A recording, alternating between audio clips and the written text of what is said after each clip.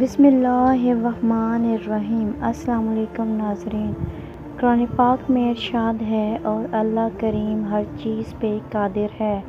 جب انسان اللہ کی نعمتوں کا شکر ادا کرتا ہے اور یہ کہتا ہے کہ میں نے اپنا ہر معاملہ اللہ پہ چھوڑ دیا ہے، تو فرش سے عرش تک ہر چیز لرز جاتی ہے اور آہ سیدھی ساتویں آسمان پہ جاتی ہے۔ اللہ سے ہمیشہ اچھا گمان رکھیں۔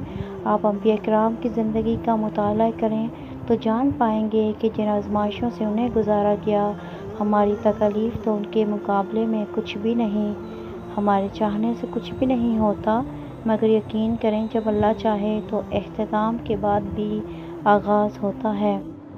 وقت ایک سا نہیں رہتا، دن بگڑتے سنورتے اور گزر جاتے ہیں۔